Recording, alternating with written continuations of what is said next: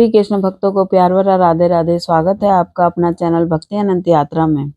वृंदावन की गलियों में जहाँ हर कदम पर राधे राधे की गूंज होती है, जहाँ हर वृक्ष, हर कण, हर गली में श्री कृष्ण का वास है, जहाँ एक दिन ऐसा चमत्कार हुआ जिसने लोगों को यह सिखाया कि बाके बिहारी जी केवल मंदिर में ही नहीं, भक्तों के हृदय में निवास करते हैं। तो कल हमने आपको श्री श्यामदास जी के कथा सुनाई कि किस तरह बिहारी जी उनसे मिलने के लिए आए। तो आज हम आपको माधव दास जी के जीवन के बारे में बताएंगे। वृंदावन के पुराने जमाने में एक वृद्ध साधु थे, श्री माधव दास जी। वे हर दिन सुबह शाम बाके बिहारी जी के दर्शन करते थे। पहले यमुना जी में स्नान करते, फिर बिहारी जी के दर्शन करते। एक दिन भी अगर ठाकुर जी के वो दर्शन ना करे तो उनका जीवन अधूरा सा लगता था। उनके जीवन में ठाकुर जी के अलावा कुछ नहीं था, सिर्फ एक छोटी सी मूर्ति, एक दीपक, कुछ तुलसी की माला और ठाकुर जी का नाम। भोजन तब ही करते थे जब ठाकुर जी का दर्शन कर लेते थे। उनका प्रेम इतना गहरा था कि लोग कहते थे माधव दास का हृदय ही बिहारी जी का सच्चा मंदिर है। एक दिन वृंदावन में बहुत बड़ा उत्सव था, झूलन उत्सव। मंदिर में भक्तों की बहुत भीड़ लगी थी। ढोल, नगाड़े, शंख, जयकारों से पूरा नगर गूंज रहा था। माधव दास जी भी आए, लाठी टेकते हुए, तुलसी की माला हाथ में, चेहरे पर प्रेम की झिलमिलाहट। पर इतनी भीड़ थी कि वे आगे नहीं बढ़ पाए। हर कोई बिहारी जी के दर्शन को आतुर था। भक्त का तन अब दुर्बल हो चुका था। वे कोशिश करते रहे पर भीड़ उन्हें भीजती रही, आगे ही नहीं जाने दिया। अंत में पुजारी जी ने घोषणा की कि पट बंद हो रहे हैं, ठाकुर जी विश्राम करेंगे। बस यही सुना कि माधव दास जी का मन टूट गया। वे द्वार के बाहर ही भूमि पर बैठ गए। आंखों से आंसू बह रहे थे। उन्होंने पुकारा, लाला, आज तो आपने इस भक्त को दर्शन ही नहीं दिए। क्या मेरे प्रेम में कोई कमी रह गई थी? लोग उन्हें सांत्वना देते रहे, बाबा कल दर्शन कर लेना। पर माधव दास जी बोले, कल? कौन जाने कल तक मेरा जीवन है या नहीं। वे उठे, धीरे धीरे अपने घर को चले गए। रात का समय हुआ, वृंदावन शांत था।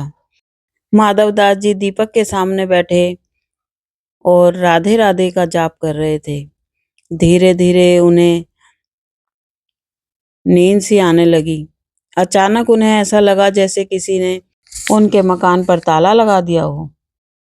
फिर अचानक एक दिव्य प्रकाश की आभा सी चमकने लगी।